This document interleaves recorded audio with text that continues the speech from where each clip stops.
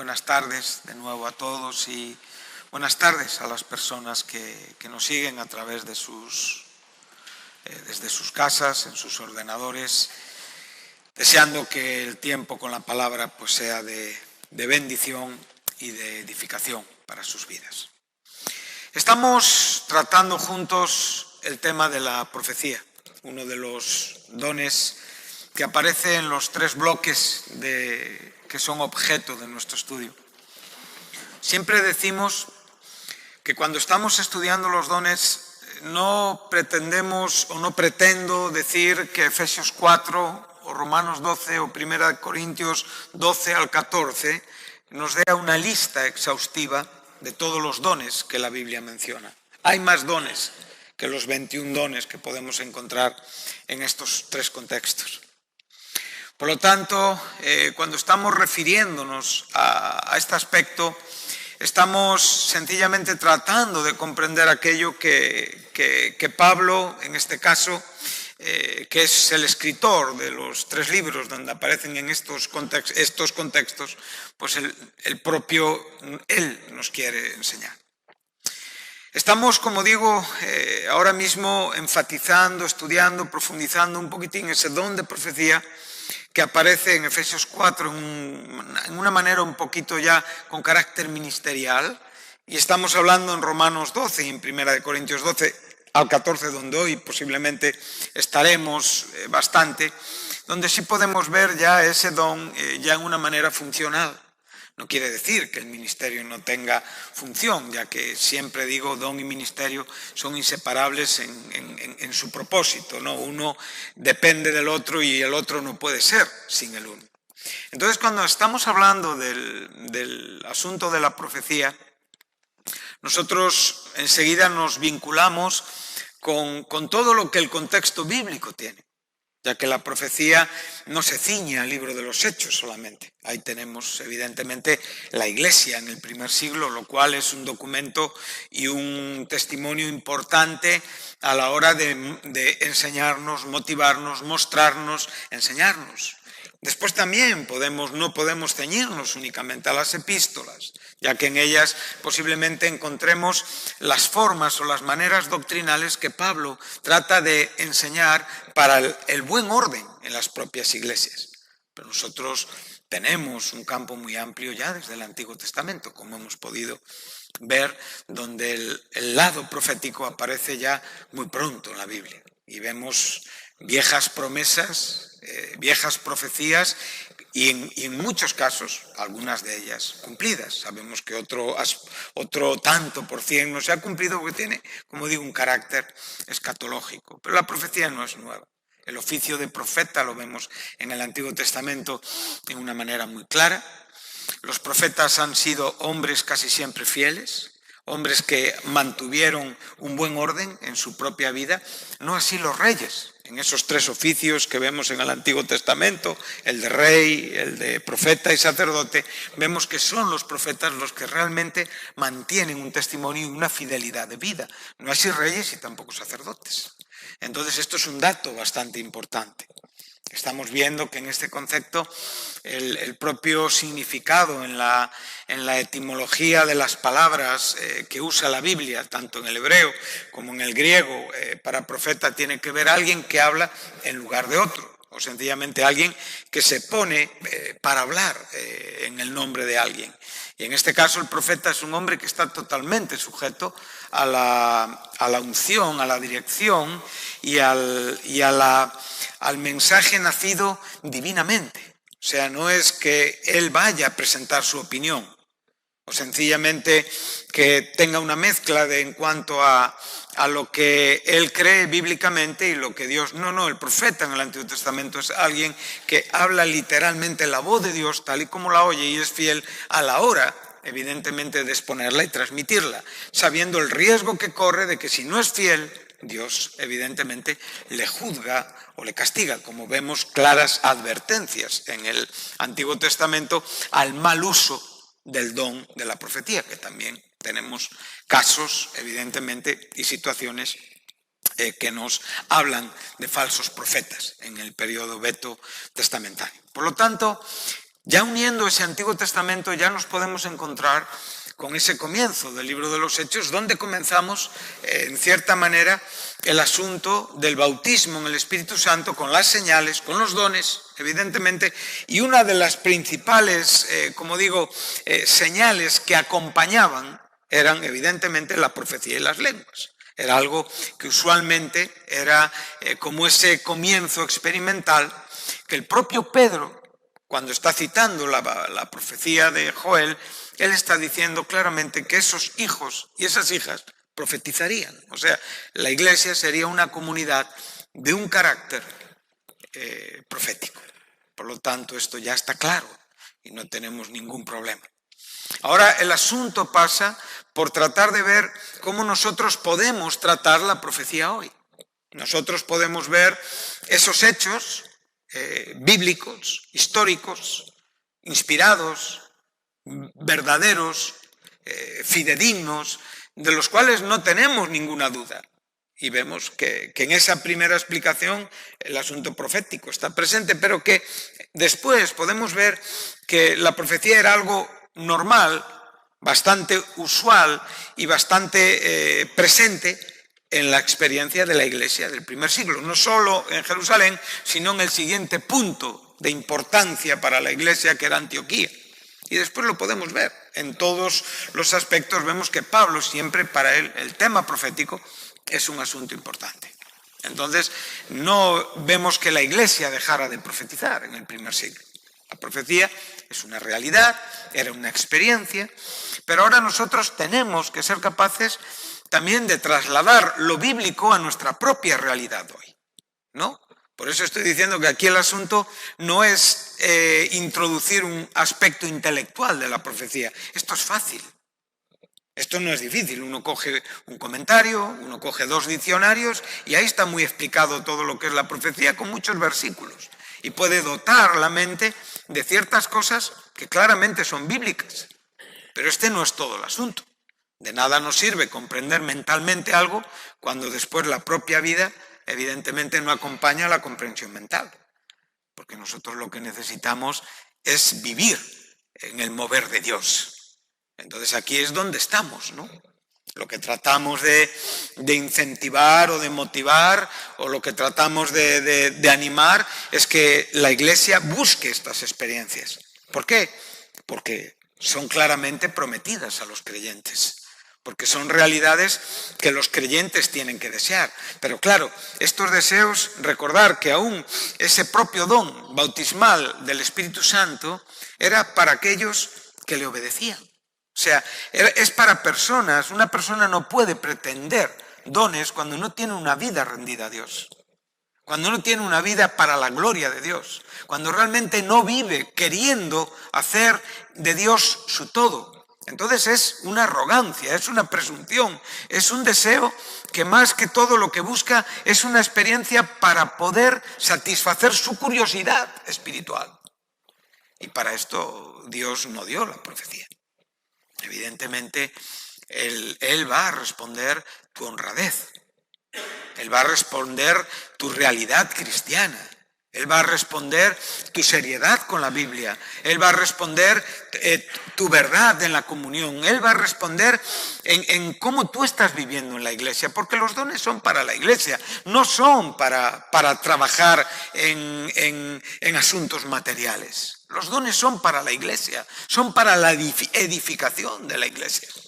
Y aquí es donde claramente hacemos una clara separación, que los asuntos materiales o las situaciones de carácter material pueden ser perfectamente hechas por hombres capacitados naturalmente. Que sí, que todo lo que hacemos y todo lo que el hombre puede hacer es por creación y proviene de Dios, correcto. Pero los dones tienen su objetivo, su desarrollo para la propia iglesia. Y en esto sí es importante la seriedad que tú tengas. Y esta es la gran pregunta que tenemos que hacernos. Nuestro deseo es vivir, comprender, experimentar la totalidad de los dones. No vamos a centralizarnos en la profecía porque sea el tema que nos está ocupando, sino nosotros queremos experimentar todos los dones. Ese es el buen deseo del corazón de un creyente. Y Dios, en su justa gracia y en su justa medida, dará los dones equilibrados a cada creyente para que cada iglesia evidentemente tenga su cuerpo bien equilibrado y bien concertado y bien coordinado. Ahora, es verdad que en los diferentes grupos hay diferentes situaciones. Y aquí veremos que aún en la propia experiencia profética, en cualquier congregación, por muy pequeña que sea, evidentemente puede haber una persona que profetice, o puede haber una profecía donde hay 2 o 3 reunidos en lo que el propio Mateo enseña en cuanto a estar de acuerdo con la palabra de Dios. Cristo está ahí y pueden pasar siempre cosas. Amén. Pero la realidad es que hay iglesias que están un poquito más formadas, hay grupos que tienen ministerios más claros. Claro que en todos los lados alguien abre la Biblia y enseña y está haciendo una función de maestro. No necesariamente tiene un don y puede hacer una función de maestro, puede hacer una función de enseñar o puede hacer una función de cuidar, pero eso no quiere decir que sea necesariamente un don claramente dado o claramente impartido a un hombre que en el propio desarrollo de su vida claramente lo evidencia. Y en este sentido tenemos esta parte que es muy importante. Tú, si preguntas a cualquier grupo de cristianos, te dirá que pasan cosas de Dios en todos los lados, pero la realidad es que no en todos los lados están los mismos hombres de Dios. Y no en todos los lados hay la misma calidad espiritual de personas.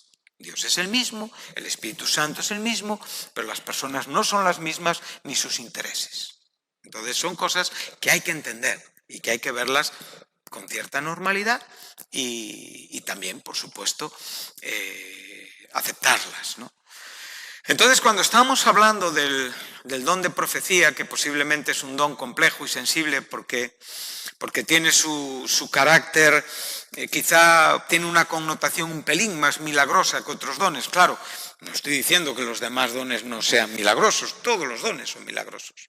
Todos son sobrenaturales y por lo tanto son milagrosos. Pero hay algunos que evidentemente obedecen más a una voluntad, obedecen más a ciertas personas, a ciertas situaciones que las propias personas desarrollan y ejercen, no tanto el don de profecía, que el hombre depende absolutamente de que Dios cargue esa palabra para ser oída en la iglesia.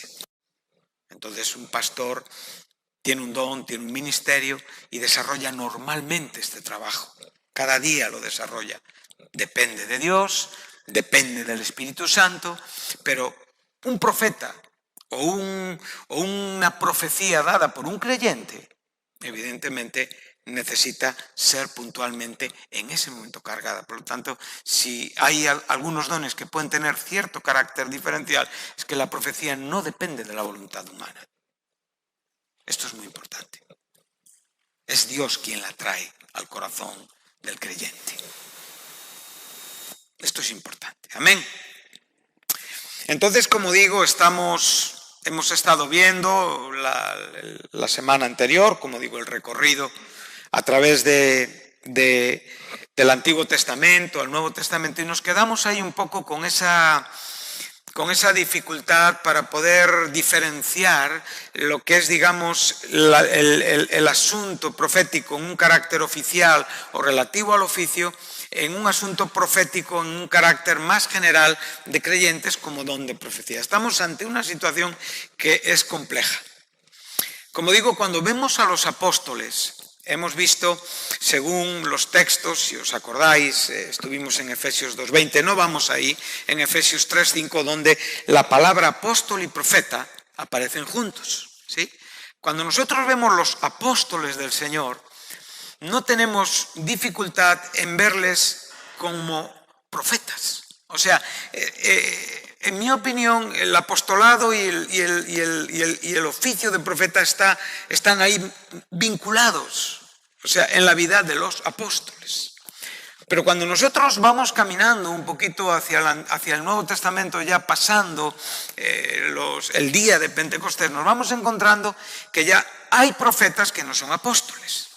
Y por lo tanto, en cierta manera, la profecía no cambia en la esencia de lo que ella es, pero sí cambia un poquito en relación con lo que los apóstoles fueron.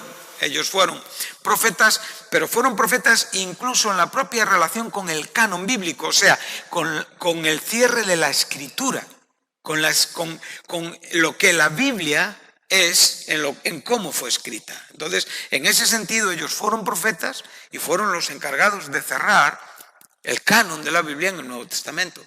Pero a la vez también tenían esa capacidad de profetizar y lo podemos ver, evidentemente, en sus propias historias aquí registradas. Entonces, como digo, cuando ya entramos un poquito más adelante, vemos que la profecía ya adquiere un carácter diferente.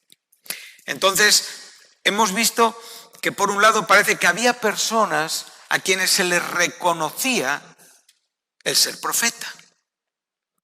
Y había algunas personas, que es donde posiblemente nos interese más estar, que profetizaban eventualmente. Entonces, aquí es la gran pregunta que nos tenemos que hacer. La Biblia respalda en cierta manera o hace una diferencia entre el oficio de profeta y la profecía en cierta manera un poquito más normal de todos los creyentes. Bueno, es difícil precisar esto. Es difícil responder a esto porque evidentemente no vas a encontrar un texto que te lo venga a respaldar. La profecía siempre es profecía y el profeta es profeta en el momento que profetiza, sea una vez en la vida o sea muchas veces. Pero en mi opinión, yo puedo ver que hay personas que claramente eran distinguidas por este carácter, o sea, porque habitualmente profetizaban. Entonces, para mí me parece fundamental que cuando nosotros estamos contemplando el oficio de profeta, vimos a Judas, vimos a Silas, vimos a Bernabé, el propio Pablo, Ágabo. Por ejemplo, vamos a ver un texto, Ágabo lo tenemos en el capítulo 11 del libro de los Hechos.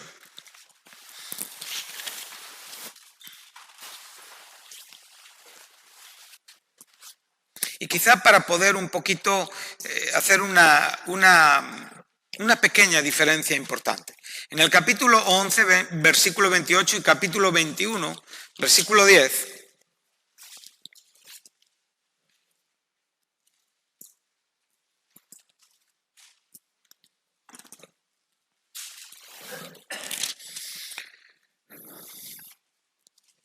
aquí estamos, ya tenemos a Bernabé, Bernabé trajo a Pablo, aquí se nos está diciendo, le trajo a Antioquía, verso 25.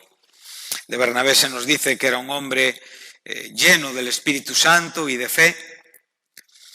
Y dice que en el verso 26 se congregaron allí todo un año con la iglesia y enseñaron a mucha gente, a los discípulos, se le llamó cristianos por primera vez en Antioquía, es un dato importante.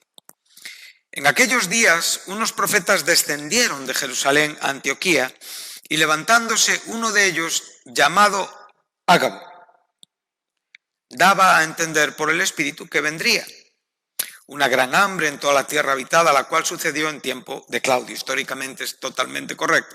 Entonces, cada uno conforme a lo que tenían determinaron enviar socorro a los hermanos que habitaban en Judea, lo cual en efecto hicieron enviándolo a los ancianos por manos de Bernabé y Saulo. Bueno, aquí podemos ver que se nos mencionan a un grupo de profetas y entre ellos viene un hombre que se nos da su nombre, ¿no? Que es Ágabo, de quien se nos dice que él profetiza y tiene en su palabra una fiabilidad. ¿Por qué? ¿Y por qué tiene una fiabilidad?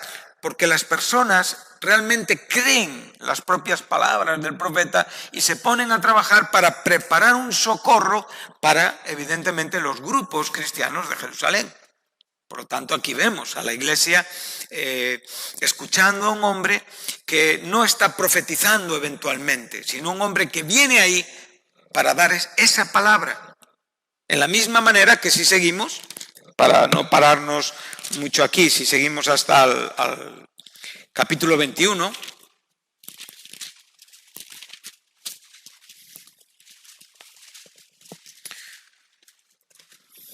en el versículo 10,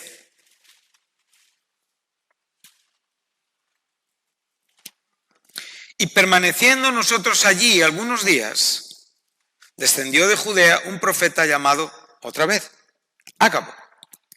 Dice que viniendo a vernos tomó el cinto de Pablo y atándose los pies y las manos y dijo, esto dice el Espíritu Santo.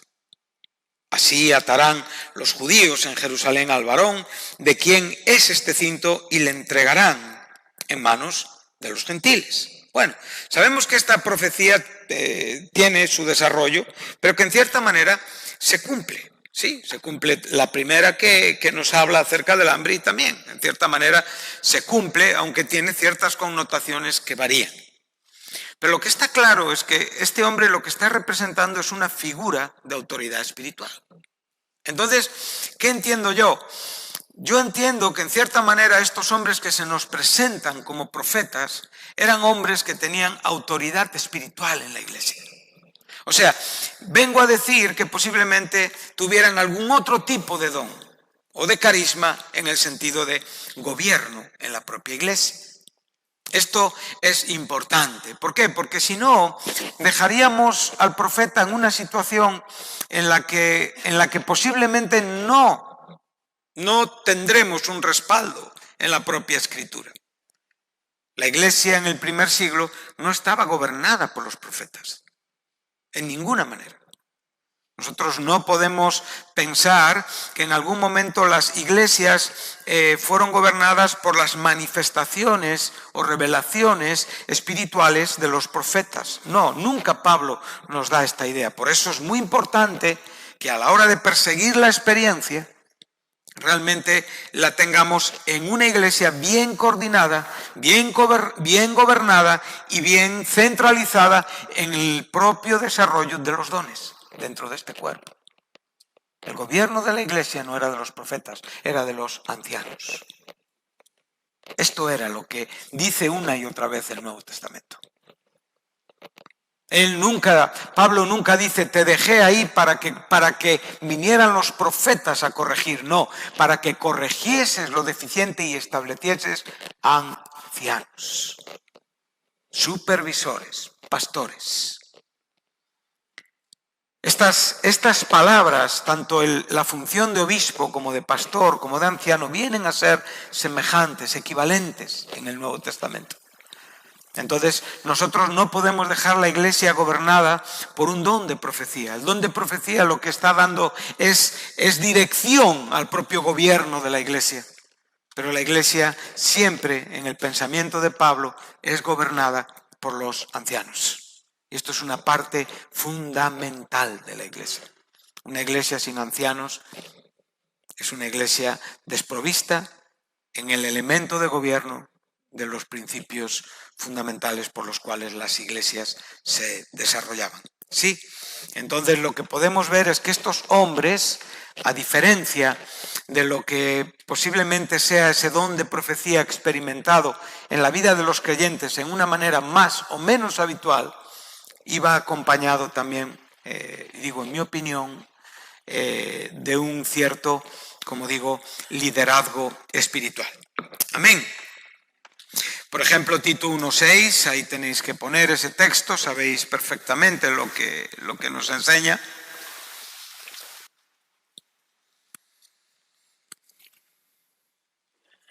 Que nos habla de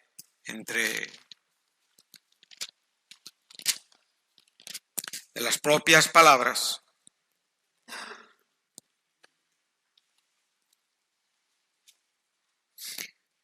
Pablo le está diciendo a Timoteo, esta es la causa por la que te dejé en Creta, para que corrigieses lo deficiente.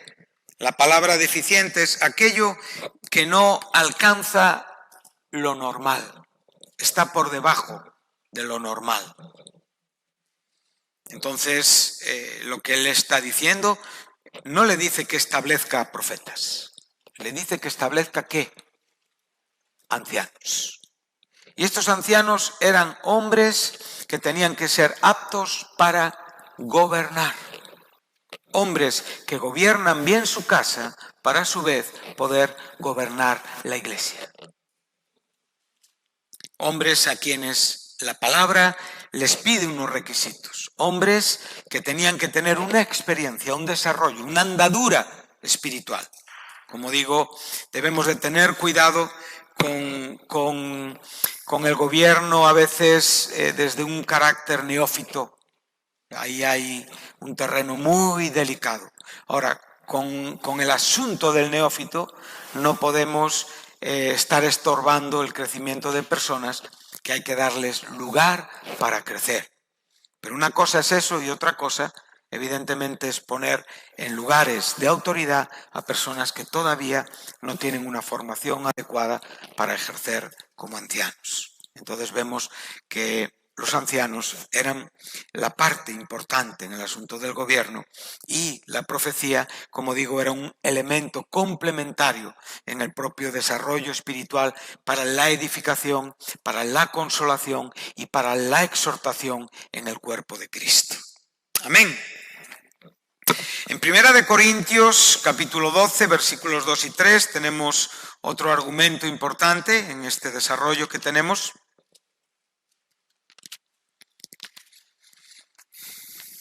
Según el propio registro del apóstol Pablo,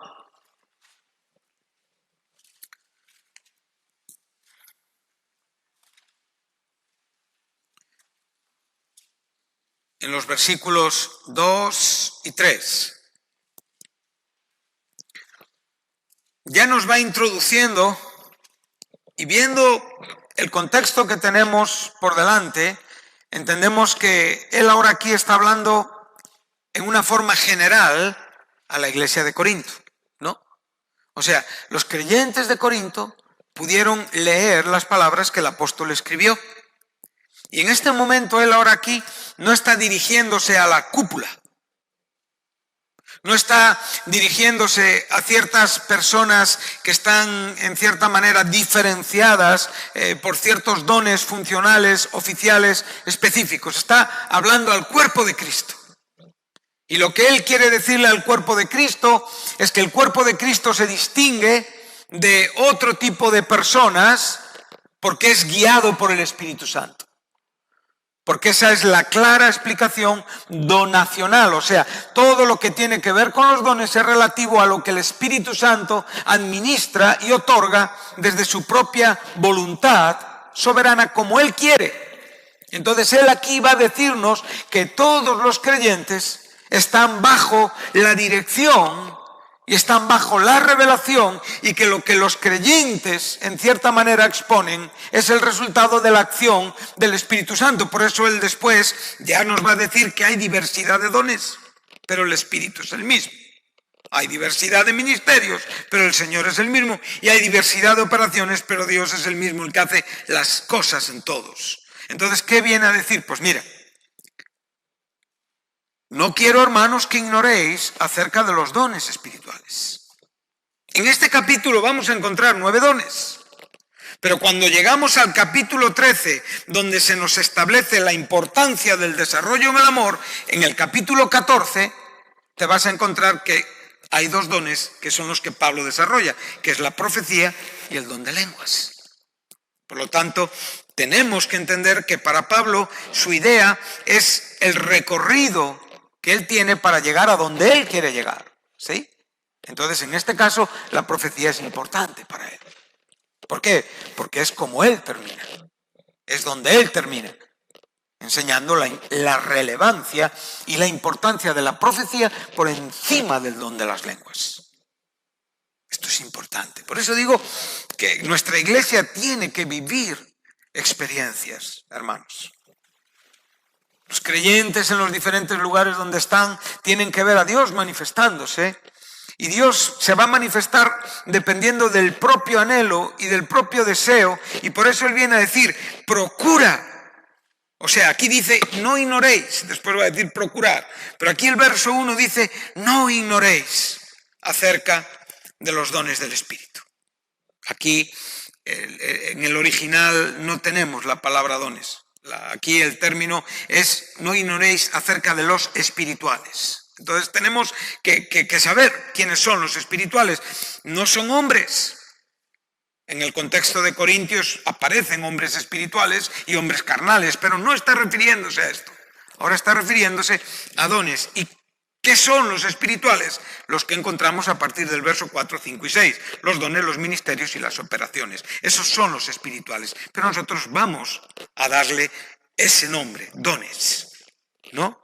Entonces dice, no quiero que ignoréis. Y ahora dice, esto sabéis, que cuando erais gentiles, se os extraviaba llevándoos como se os llevaba a los ídolos mudos. Y ahora él dice, por tanto os hago saber que nadie que hable por el Espíritu de Dios llama anatema a Jesús, y nadie puede llamar a Jesús Señor, sino por el Espíritu Santo. Por lo tanto, está diciendo que todos los creyentes tienen o pueden profetizar, pueden hablar en el nombre del Señor. Y pueden hablar en el nombre del Señor porque ya no son guiados por espíritus demoníacos, ya no son aquellos gentiles que eran llevados hacia los ídolos mudos, y la manera en la que los corintios estaban entendiendo estas palabras es que ellos sabían perfectamente que aquellos sacerdotes o sacerdotisas o aquellos oráculos representantes del paganismo se expresaban en una manera también espectacular, parecido a la propia manera profética que ellos veían ahora dentro de la iglesia. Por eso a ellos les atraía mucho el tema de la profecía. Porque la profecía, en cierta manera, era una manifestación espontánea, imprevista. Y Pablo lo que está tratando es de poner orden, de poner un equilibrio, de ponerla bajo un gobierno correcto en la iglesia para que tenga sentido, para que no sea de cualquier manera y que ellos puedan diferenciar que la profecía siempre honra y glorifica a Dios.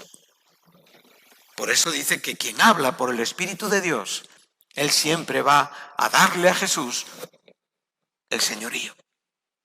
Porque el señorío es lo principal en todo el asunto de los dones. Son para la gloria de Cristo y están operados bajo el señorío de Cristo. Entonces podemos ver que aquí ella está dirigiéndose a todos los creyentes. Y a todos les dice que tenemos que diferenciar. Hablamos bajo qué influencia.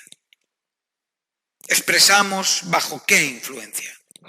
Bueno, pues si el Espíritu Santo es el que guía tu vida, tú, evidentemente, tienes la posibilidad de profetizar en la iglesia. Cualquier creyente puede profetizar. Ahora, no cuando tú quieras ni como tú quieras, sino bajo la voluntad soberana de Dios. En la misma manera, igual, nunca profetizas. También puede ser. Pero cualquiera de los que estamos aquí en el Señor, podemos profetizar.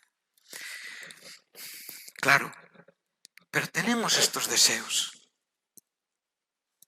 Estamos procurando, anhelando, deseando esta vida espiritual en nosotros. O estamos, como digo, bien conformados a un estilo que ya dominamos, que ya vivimos, que ya sabemos, que sí, que merece todo el respeto del mundo, que lo que hemos vivido hasta aquí, que nadie tiene derecho a no respetarlo, pero eso no quiere decir que tú no puedas mejorar en tu ambición, en el sentido de tu vida en Cristo.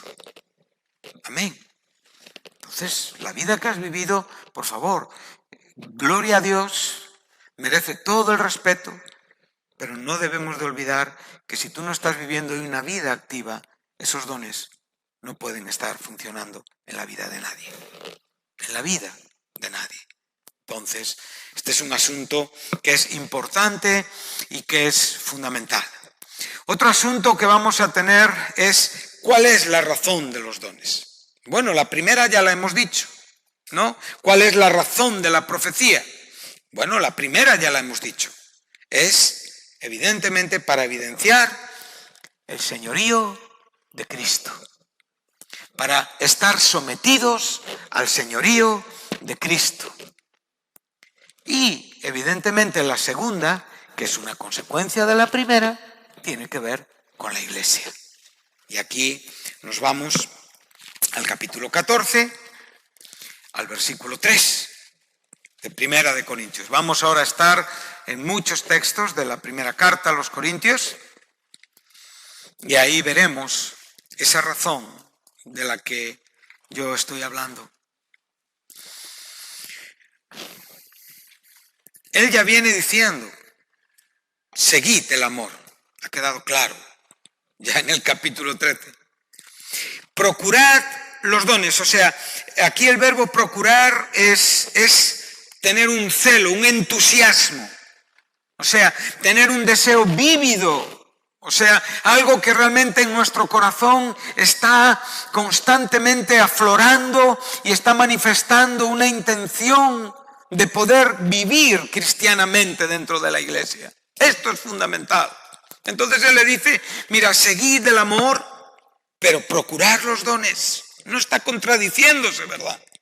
Él antes viene a decir, bueno, está muy bien, pero yo os enseño un camino mejor. Y habla del amor.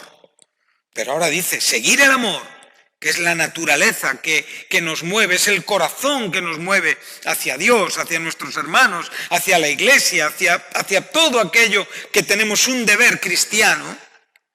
Pero ahora dice, procura los dones, pero sobre todo, que profeticéis. Pablo no está dejando duda en cuanto a esto. Le está dando una importancia, una relevancia a la profecía. Si tú estás en tu hogar, quieres dirigir tu familia y no tienes una palabra profética para tu casa, estás cojo. Tú en tu casa necesitas una palabra profética. Si tú estás desarrollando una relación con un muchacho para entablar mañana un matrimonio y no tienes una palabra profética, estás cojo. Porque si lo que has empezado no lo has hecho bajo una palabra profética, tu relación es susceptible de duda. Si tu ministerio no ha iniciado en una palabra profética, tu ministerio es susceptible de duda. Evidentemente todos los dones vienen por el Espíritu Santo a nosotros y vienen en cierta manera con un carácter profético. Y podemos ver que los ministerios, todos los ministerios se ordenaban proféticamente. Y todo tenía que ver con un futuro inmediato. Pero hoy nos está faltando esta palabra de profecía. Como hemos dicho, la enseñanza no es profecía. La predicación no es profecía, se distinguen en naturaleza y en significado. Pero predicando se profetiza, enseñando se profetiza, hablando en conversaciones cristianas se profetiza. Un marido con su esposa tomando un café, orando en su casa puede profetizar. Un hijo puede profetizar. Unos hermanos pueden profetizar en una reunión de comunión, de oración, un lunes por la mañana o en cualquier reunión. La profecía es necesaria. Pablo la ve como necesaria, absolutamente indispensable. Por eso, evidentemente, no podemos aceptar que todo lo que tenemos de la profecía se reduce únicamente a la Escritura. Claro, la Escritura es la que gobierna y es la autoridad y es la que da valor a la propia profecía, ¿verdad? Veracidad o falsedad. Nada fuera de la Escritura podemos aceptar, porque el Espíritu Santo no habla fuera de la Escritura. Pero cuando estamos diciendo que la profecía ya se termina con el propio canon bíblico, con el último libro de la Biblia, Apocalipsis, estamos evidentemente aceptando algo que nos va a traer un daño fuerte a nuestros propios corazones. Recuerda que hoy necesitas esta palabra. Tienes que procurar esto para la iglesia. Tienes que orar por los ministerios. Tienes que orar por las personas que tienen responsabilidades. Tenemos que orar por los hermanos. Tenemos que entender la profecía en esta manera. Porque si la iglesia, como digo, tiene una buena salud en este sentido, la iglesia va a tener una muy buena salud en la evangelización. Si no tenemos buena salud, como digo, cada uno estamos en nuestras historias. Y no importa más que lo que yo busco o que lo que yo quiero. Todos deberíamos de pensar en las palabras proféticas. Estoy seguro que todos los creyentes aquí han oído alguna vez una palabra profética. Estoy seguro que como sucedió una vez puede volver a suceder. Pero también estoy seguro que muchas personas no están viviendo una vida seria espiritualmente. Y por lo tanto esto es la causa de la ausencia de estas experiencias. Todo se explica, todo tiene un sentido aplastado por la propia teología intelectual y en muchos casos esa libertad de búsqueda se queda muy privada porque claro, ¿qué voy a hacer yo si el que está a mi lado no se mueve? Pues puede ser como un Samuel, que vives al lado de un Elí, que está bastante acabado en su honestidad. Sí, Elí era un hombre honesto, pero estaba bastante acabado en sus expectativas. Y ese niño, ese joven, que aprendió a ministrar al Señor, a adorar al Señor desde la temprana edad con sus propios padres, fue aquel que, hablado por Dios y ayudado por el propio Elí para entender que no era él quien le llamaba, sino que era Dios mismo, le pudo profetizar el destino de su ministerio y de su descendencia, lo cual se cumplió perfectamente. Entonces, nosotros no podemos estar, como digo, agarrotados por la opinión de otros, agarrotados porque no acabamos de encontrar un camino de libertad cristiana. Si tú honradamente tienes este deseo, el Señor va a proveerte de ese camino y va a poner hombres buenos a tu lado que no te van a estorbar. Pero a veces, como digo, tú también, o yo también, vengo a ser un estorbo para mí mismo. Porque esa falta de libertad es sencillamente la consecuencia de que no soy capaz de ir más allá de mi propio sentido común o razón. Y la profecía es milagrosa. Y la razón, evidentemente ante la profecía, queda en un lugar donde requiere fe. Porque si no, las cosas no se pueden entender normalmente con una mente humana. Amén. Tenemos que hacer caso al apóstol. Necesitamos. Él dice, porque el que habla en lenguas no habla a los hombres, sino a Dios, pues nadie le entiende, aunque por el Espíritu habla misterios. Bien, él está hablando de la propia limitación que el don de las lenguas tiene en la propia experiencia general de los creyentes. No quiere decir que no edifique, edifica al que está hablando en lenguas, edifica al que puede interpretar esas lenguas, que a su vez edifica a la iglesia. Pero en este caso, el edificado evidentemente es el que está hablando a Dios a través de ese misterio maravilloso, de ese don espiritual que es estupendo. Pero ahora, cuando él se refiere al versículo 3, él está dando mucho valor al don de las lenguas, que nadie piense lo contrario, Pero el que profetiza habla a los hombres, y esta es la segunda razón. O sea, la primera, el señorío de Cristo, claramente ya desde los primeros compases de este capítulo 12. Y ahora nos dice, para edificación, exhortación y consolación.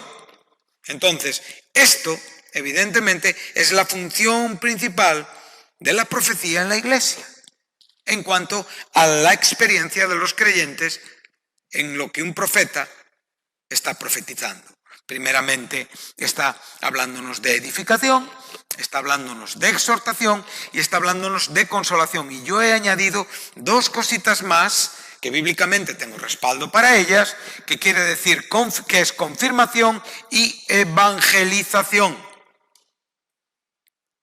Entonces, ya tenemos las tres de este versículo 3 del capítulo 14 y tenemos dos más que tienen que ver con confirmación y tiene que ver con evangelización.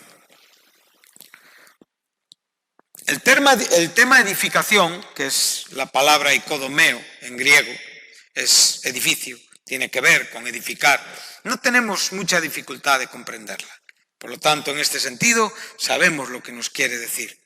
En todo momento, el fundamento y el edificio, o sea, el propio Jesús habló de esta edificación cuando habló con sus discípulos y le dijo, y sobre esta roca, sobre esta afirmación, sobre esta palabra yo edificaré mi iglesia.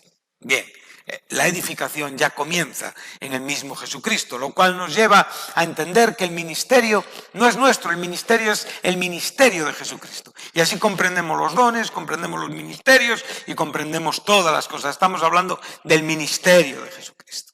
Entonces, en cuanto a la edificación, la tienes en el verso 3, la tienes en el verso 5 y la tienes en el verso 19. En este capítulo te lo va a mencionar varias veces el propósito, evidentemente, de edificar. Ahora, la exhortación, vamos a encontrarla en la segunda carta a los Corintios.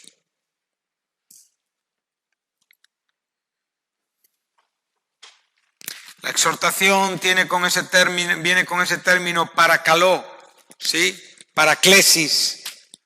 Es un ruego, se usa como ruego y se usa también como consuelo, ¿sí? Entonces vemos la importancia de lo que aquí se nos está enseñando. Segunda de Corintios, capítulo 1, versículo 4.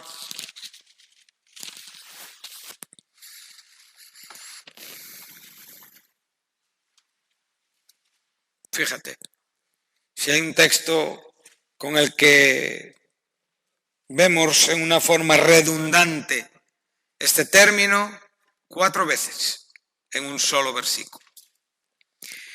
Bendito sea el Dios y Padre de nuestro Señor Jesucristo, Padre de misericordias y la fuente, el Dios, el punto de partida de toda consolación, el cual nos consuela en todas nuestras tribulaciones, para que, por defecto, el consuelo que nosotros recibimos espiritual del Padre, lo podamos llevar, lo podamos convertir en la experiencia de otros a través de nuestros propios ministerios y a través del propio ejercicio de los dones.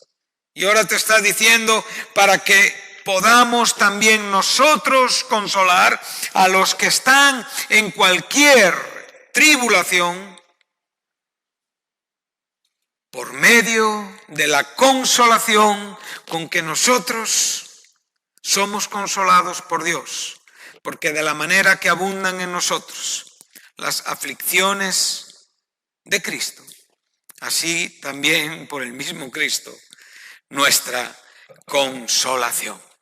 Entonces, la razón de la profecía, edificar. Y ahora nos está hablando de consolar. Consolar es una necesidad vital, diaria de nuestra vida. Todos los creyentes, en algún momento del día, en algún momento de la jornada, necesitan una palabra de consolación. Todos los creyentes en diferentes momentos de nuestra existencia necesitamos una palabra de consolación. Y esa palabra de consolación puede ser traída, entre otras formas, por supuesto, en una predicación, en una enseñanza, en un momento de oración o por, evidentemente, una palabra de profecía. Entonces, como digo, la consolación es la experiencia interna de un creyente que en cierto momento de su vida se encuentra totalmente abatido por las circunstancias, cualesquiera que sea, que esté viviendo. Tú le puedes dar todos los consejos que tú quieras. Tú le puedes decir todas las verdades que tú quieras. Pero si no llevas una palabra de consolación al corazón, evidentemente no sirve absolutamente para nada.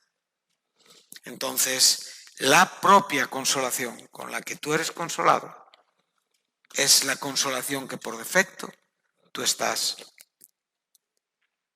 dando, permitiendo que otros vivan en las diferentes circunstancias.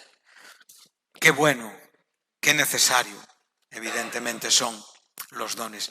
¿Cuántas veces nos autoconsolamos? ¿Cuántas veces nos enrocamos? ¿Cuántas veces nos endurecemos? ¿Cuántas veces no queremos saber nada porque parece que para muchas circunstancias de nuestra vida ya no hay expectativa? Esto es un engaño diabólico. Necesitamos la acción profética para traer una verdad consoladora a nuestros corazones. Amén. Nada más práctico, ¿eh? Ahora, observa que la siguiente palabra es consolación. Qué curioso, ¿no? Cuando realmente la anterior ya tiene en sí misma un significado de ruego y de consolación, pero también, evidentemente, la propia consolación está como reiterando lo que es el significado de la exhortación consoladora y de la propia consolación consoladora. Entonces vamos a leer en Primera de Tesalonicenses, capítulo 2. Aquí vamos a ver también el propio ejercicio de los dones.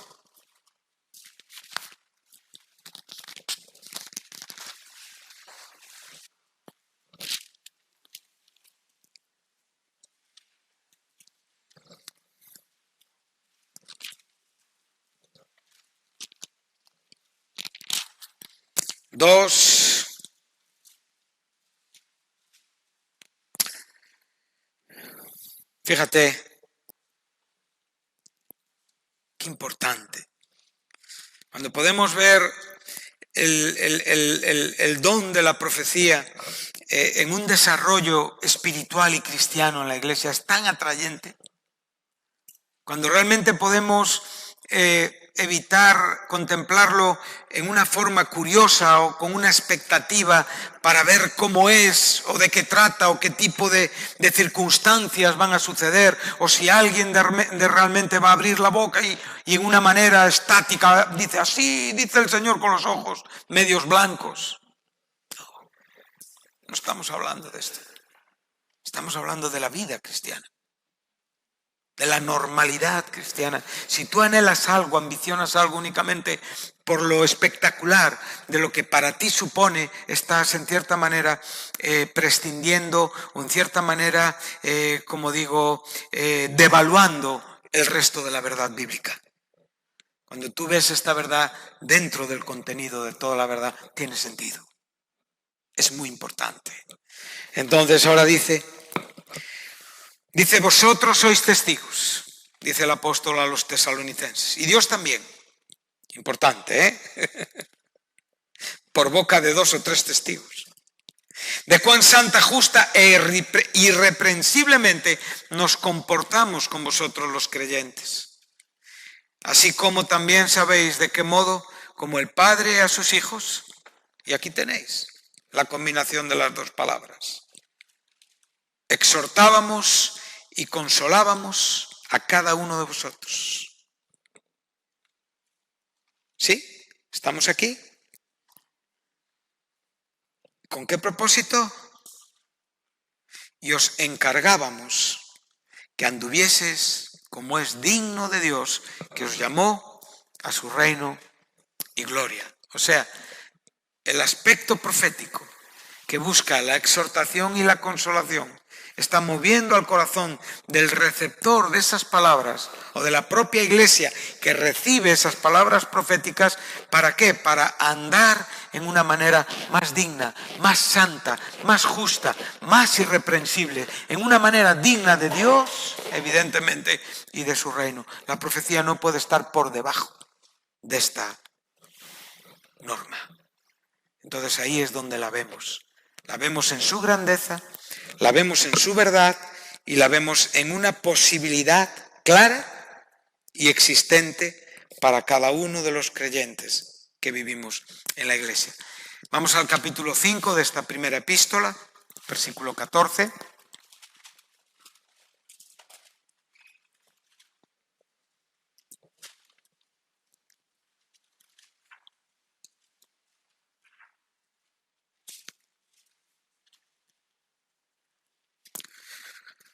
Pablo exhorta a los hermanos y dice: hermanos, os ruego, aquí tenemos este verbo, ¿sí?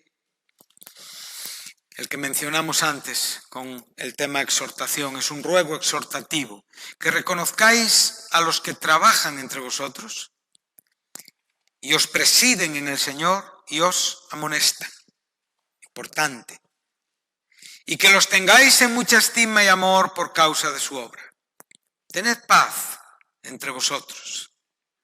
También os rogamos, hermanos, que amonestéis. En un principio nos está hablando del gobierno de la Iglesia, ¿verdad? De aquellos que están ejerciendo el don de presidir. Don que claramente viene enseñado en el capítulo 12 de Romanos a partir del versículo 6. El que presida, que lo haga con solicitud. Ese don lo podemos ver también en el ministerio de pastor, en el bloque, en el contexto de Efesios. Y evidentemente, ahora aquí, el propio apóstol nos está hablando de aquellos que están presidiendo. Y en el ejercicio de este don y de este ministerio, entre otras cosas, está el amonestar. Amonestar, no tenemos duda del significado de este verbo. Es algo que viene a decirte que puedes hacer las cosas mejor de lo que las estás haciendo. ¿No? Esto es amonestarnos. Cuando vemos partidos de fútbol, las amonestaciones son las tarjetas. La amarilla te avisa que a la siguiente tarjeta se terminó para ti el partido. Gracias a Dios no tenemos esta aplicación bíblica. Pero la amonestación tiene que ver con esto. Entonces, en medio de esta amonestación vemos también que la Iglesia, los hermanos, el conjunto de los hermanos que tienen que estar en paz, porque olvídate de amonestar a nadie si no estás en paz, ni te atrevas, porque no vas a ser recibido en ningún sitio. Tú tendrás todas las razones del mundo, tendrás todas las claridades del mundo, pero te falta lo principal, el amor con el que tú te vas a dirigir a la Iglesia.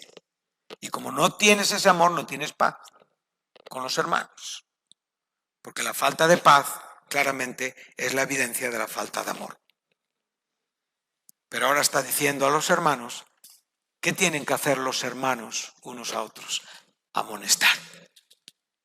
Es un trabajo de la Iglesia. No es un trabajo solamente de los que presiden. Es un trabajo de la Iglesia.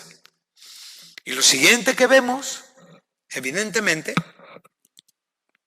es que amonestemos a los ociosos, aquellos que están en el peligro de entrar en un ocio, que son ciegos y cortos de vista, que han olvidado la purificación de sus pecados y que están poniendo en riesgo el fruto, el galardón, las bendiciones que evidentemente tienen en la vida de trabajo al Señor. Y ahora dice que alentéis, ahí tenéis la palabra consolar. Es el término griego para mucián. Ese es el término que tenemos aquí. O sea, que consoléis ¿a quiénes? A los de poco ánimo. Hay gente que necesita del consuelo para poder reactivar su ánimo en Cristo. Entonces, podemos ver que la profecía tiene una relación estrecha con la vida en la Iglesia. Muy importante. Y si no estamos viendo esto, como digo, tenemos que preocuparnos. Tenemos que preocuparnos. Ya estamos acabando. Tenemos también el confirmación, he mencionado. Hay versículos bien conocidos.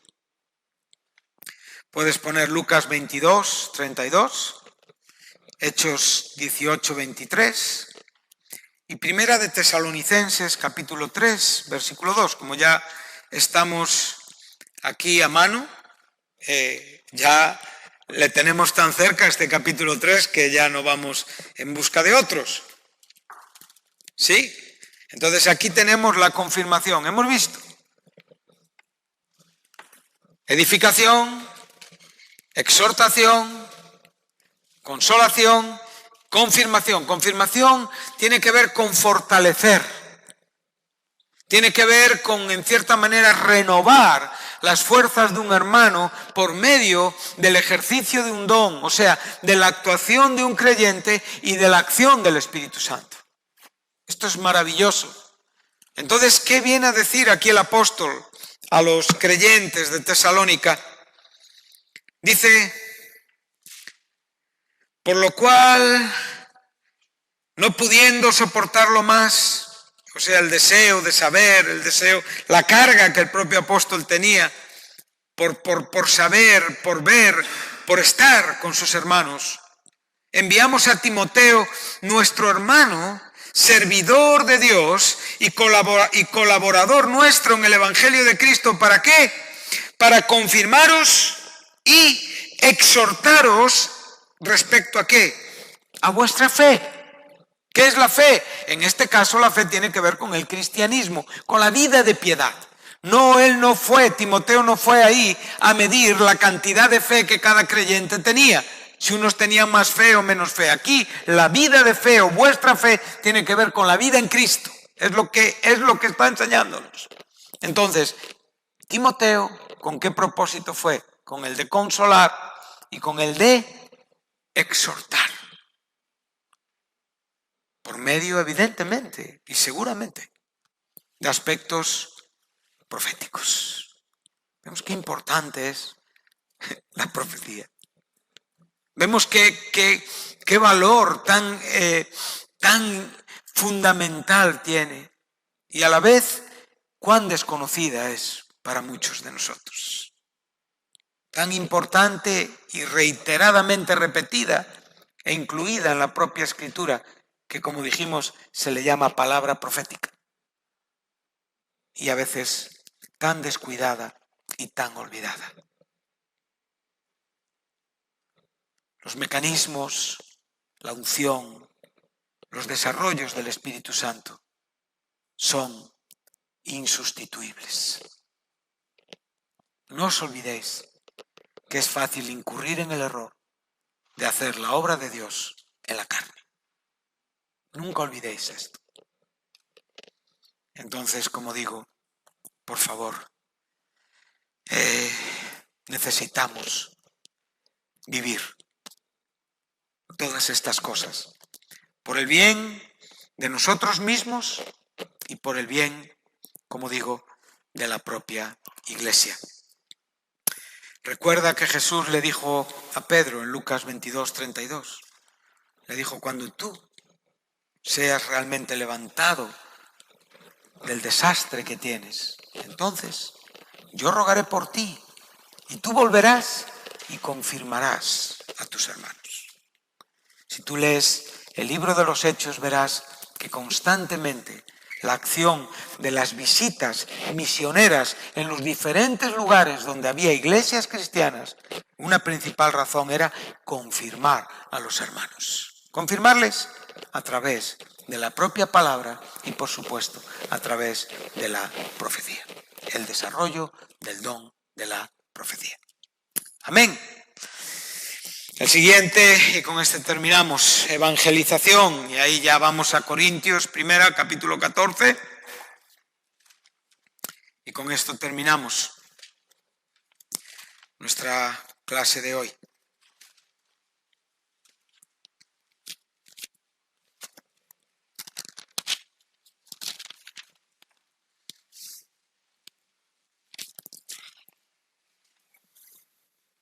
Versículos 24.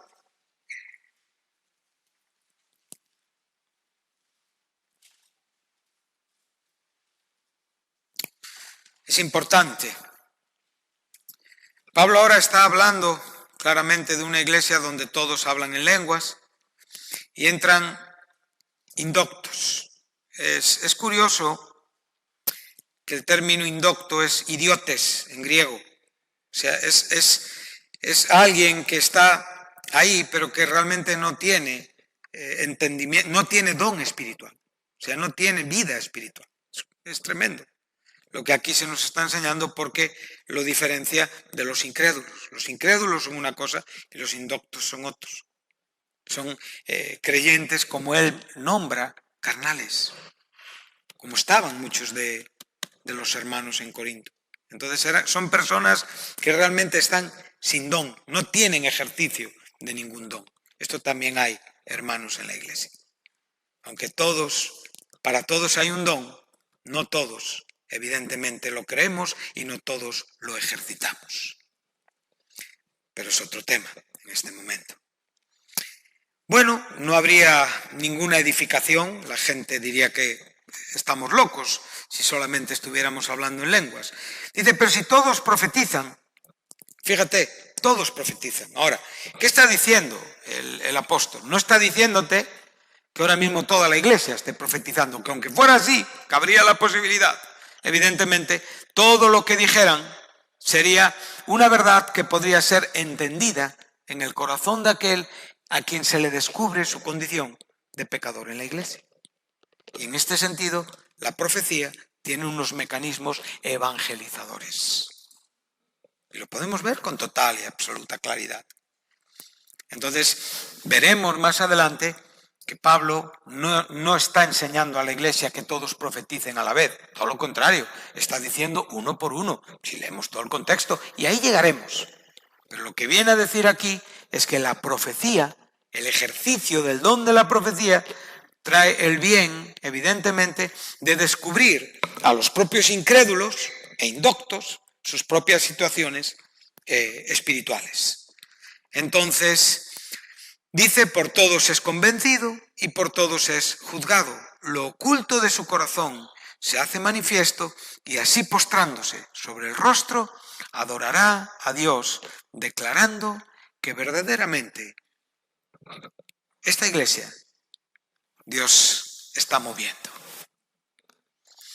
Entonces todos hemos hecho más, menos cosas, sabemos lo que es en la vida pecar, sabemos lo que es en la vida ser convencidos, iluminados, sabemos lo que la propia luz de Dios trae, pero a veces una palabra nos ha desnudado. Y por medio de esa palabra hemos caído de rodillas en una reunión, pidiendo a Dios perdón por un arrepentimiento de nuestros pecados. Y nadie, evidentemente, le dieron una lista ni una información de lo que tú vives o no vives. Hay que tener cuidado con los mecanismos psicológicos. Hay que tener cuidado cuando el ventajismo del propio conocimiento de las situaciones de las personas nos lleva a juzgar más allá de lo que un creyente debe de juzgar. La palabra de profecía está juzgando, pero está juzgando desde el amor, y está juzgando desde el milagro, y está evidenciando los secretos del corazón de personas. Por eso necesitamos este don moviendo en nuestra iglesia. Amén. Pues nada más. Hasta aquí. Gracias a todos por vuestra atención. Gracias a los que nos han estado siguiendo.